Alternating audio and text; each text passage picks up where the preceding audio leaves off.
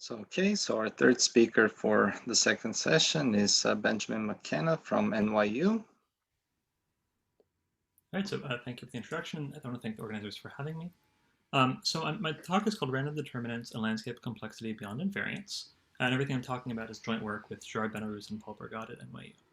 So the whole picture basically is these four graphs on the bottom. So these are four functions. I'm thinking of the ones on the left as more complex because they have more critical points, and the one on the right as simple because it has fewer critical points. So that's sort of the phase transition I want to prove things about. This is a non-invariant model because it has different, it's not isotropic, there's sort of different, meaningfully different directions. You can see that more in the pictures on the right. And I'll talk about determinants very briefly at the end. So to sort of formalize what I'm talking about, landscape complexity. What is it and why would you care? So the model I have in mind is Hn is some smooth Gaussian field from Rn to R, and I'll call it a landscape. And I want to understand the geometry of this function for large n, and the way that I'm going to do that is by asking about the random variable crit Hn, which is just the number of critical points. And so I want to understand the large n limit, and specifically the annealed complexity, which I'm writing as sigma, so it's just the limit as n goes to infinity of 1 over n log expectation of crit Hn. So why would you care, right? The whole program is how do you compute this sigma? And you might care if you like, for example, data science or high-dimensional statistics, because sigma can help you predict dynamics of optimization on Hn. So for example, if you want to compute a maximum likelihood estimator, you're optimizing some high-dimensional random function. And the first pass is that if sigma is non-positive, meaning I have sub-exponentially many critical points, then optimization should be easier. Whereas if sigma is positive, meaning I have exponentially many critical points, then optimization should be harder. And there's still sort of active research figuring out where exactly the boundaries are. But if you prefer physics instead, it often happens that if Hn is the Hamiltonian of some disordered system that exhibits a replica symmetry breaking phase transition, then that same transition is associated with a change in sign of sigma. So for example, sigma will be 0 in the replica symmetric phase and positive in the replica symmetry breaking phase. And these are not theorems, I'm just telling you about sort of things that people have noticed in the past. So the goal in this project was to compute sigma for models with few symmetries which we're calling non-invariant. And we have sort of a general result, but today I'm just going to tell you about the special case of computing sigma for a model from statistical physics called the elastic manifold. So this model is sort of involved, so I'm going to work my way up to it, and first just tell you about the one-point elastic manifold, which is just a Hamiltonian Hn from Rn to R, given by two parts. There's this deterministic confining potential, this quadratic term, with mu positive as a signal-to-noise ratio that I can choose. And then there's this term Vn, which is a centered isotropic Gaussian field. So this is a toy model of a disordered system. And what happens is that Vn is, it's a smooth Gaussian function, but it's typically very bumpy, has many critical points, whereas the quadratic term obviously only has one critical point. And what I want to understand is, as I tune mu, who wins? Right, so in certain situations, maybe the disorder wins and I have exponentially many critical points, whereas in others, maybe the order wins and I have few critical points. And the theorem, which Jan Fyodorov proved in 2004, which was also sort of the opening theorem for the whole landscape complexity program, is that there's an explicit mu critical, depending on the covariant structure of Vn, which I'm hiding just for this talk, such that sigma of mu, so the complexity of the model with parameter mu, which as a reminder is these exponential asymptotics of the number of critical points, sigma of mu is positive if mu is subcritical, and it's 0 if mu is supercritical. So there's an explicit thing, which I'm not writing down, and it's continuous, and there are more questions which we don't have time for right now. But of course this makes sense, because if mu is subcritical, the idea is that really the disorder wins, and this doesn't affect it at all, whereas if mu is supercritical, then it really looks basically like a quadratic term that's slightly wiggly, but it doesn't actually contribute to a large number of critical points. Also 3 years later, along with Ian Williams, they extended to a similar result for local minima, with the same mu critical, which is not obvious. You might have guessed that there was a phase where there's exponentially many critical points, but sub-exponentially many minima, and it turns out that's not the case. So this is the one-point elastic manifold.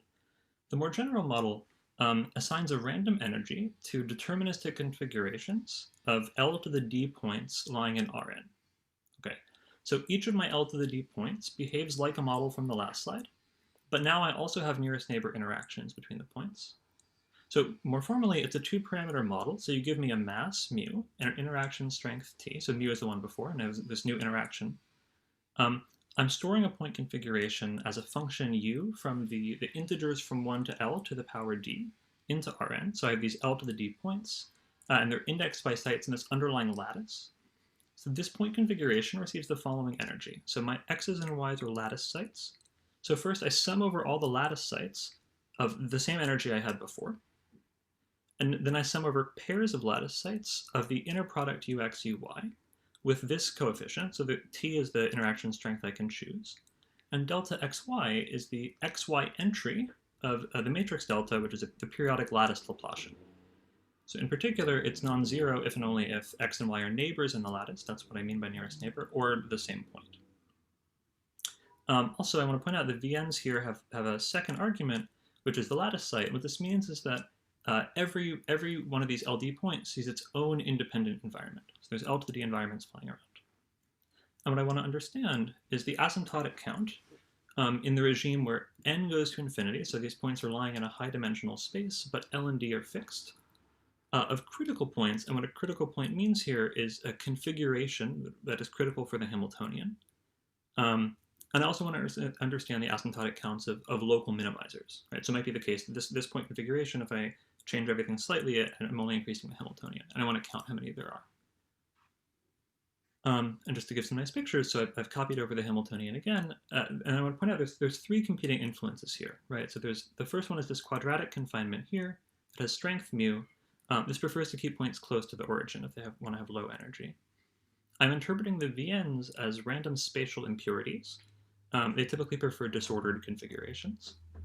And then finally, there's this Laplacian term, which is called elastic in the physics literature. It has strength t that I can play with, and it prefers ordered configurations. And the picture here is just, I cooked up one point configuration, which is low energy. So here n is 2, meaning everything is in the plane, but ultimately I care about very large n, but of course I can't draw that. D is 1 and L is 4, and that means that my lattice is just the points 1, 2, 3, 4 periodic, so 4 is connected to 1. So why is this? So this configuration, the way to interpret this graph is I have 4 points. Those are these squares. Okay, so U1, U2, U3, U4. The configuration is low energy. Well, first of all, because these 4 points are close to the origin, that's good. Second, the random spatial impurities I'm drawing as circles. So everyone sees their own environment. Right, so orange sees orange environment, and I'm drawing orange environment as these circles are points of high energy in the environment. So I'm just trying sort of picking off the mountaintops, if you will. So orange has avoided the points of high orange cost, so it has low VN energy for the first lattice point. Gray has avoided the gray points, yellow and blue and so on. So all in all, it has low disorder cost. And then it has low elastic cost because it's a relatively ordered configuration in terms of the inner products between these points that are neighbors. So there's no U1, U3 term because they're not neighbors, and similarly no U2, U4 term. So maybe this configuration is a local minimizer, and I want to count how many there are in the high dimensional, in the n to infinity limit. And so here's the result. So I'm writing sigma of mu for the complexity of the number of point configurations that are critical, and sigma st, which is sigma stable of mu, for the analog for local minima. And of course, these also depend on t and l and d, but I'm following the physics literature and really just thinking of everything else is fixed, and mu is varying. And the result with Gérard and Paul is that for each t, there's some mu critical with this equation I'll go through in a second. There's some mu critical such that for mu at least critical, both complexities are 0. But if mu is subcritical, then the complexities are positive. They're explicit. I'm not going to write them down. It would take too long to define. The complexity for total critical points is bigger than the one for minima. So this is sort of the same result that you had for the 1-point problem. And how do you find mu critical? So it is given as the unique positive solution to this equation, this sort of negative second moment thing for the measure nu minus delta. And nu minus delta is the empirical measure of my Laplacian matrix, which is just an L to the D by L to the D matrix. So I wrote it out in eigenvalues here. It turns out this mu c actually has a physical interpretation as something called the Larkin mass. That's kind of a nice thing you can recognize after the fact. So I want to talk about techniques in the end. So the technique, the main thing is the Kac-Rice formula, which is a very old formula. It's almost 75 years old at this point, that converts questions of random geometry into questions of random matrix theory.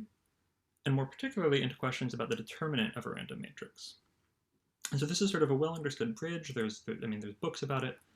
But what happens is at a certain point in Kac-Rice, you need to understand determinant asymptotics, because we're talking about large n, for non-invariant random matrices, or more specifically, the matrix in this problem is non-invariant, by which I mean it's far from GOE. The matrix here is sort of like the Anderson model. You have connections between neighboring lattice points. An important input for us in these asymptotics are local laws from the random matrix literature due to Laszlo Erdős and his co-authors. There's a bunch of papers in the last several years. They've been building up this very nice theory that we benefit from. And I want to mention that this also solves a problem of Fyodorov and Le Doussal from earlier this year or late last year in the archive, by which I mean they study the same model and they get the same result conditional on the kind of asymptotics for random matrices that we verify. So they do the same Kac-Rice bridge and they get these random matrices and they say, well, the determinant asymptotics should be like this, and then we can go through that technically. I should emphasize also that we have sort of a general theory that we illustrate in several models, and I'm just giving you one of them for the purposes of this talk. And finally, I can just end with an open question. So everything I'm telling you about is for the annealed asymptotics, where I take 1 over n log expectation, which is the average number of critical points. But ultimately, what you might be interested in is the quenched asymptotics, where I switch expectation and log to get the typical number of critical points. That's usually much harder. In some cases, you can do it with Kac-Rice with a pair of random matrices. In other cases, it's really not tractable even at the physical level. But that's still open, and that's still an interesting thing to think about. So that's what I wanted to say. Thank you very much for your attention. Okay, so I'll stop the recording, and I think we have sufficient time for a couple of questions.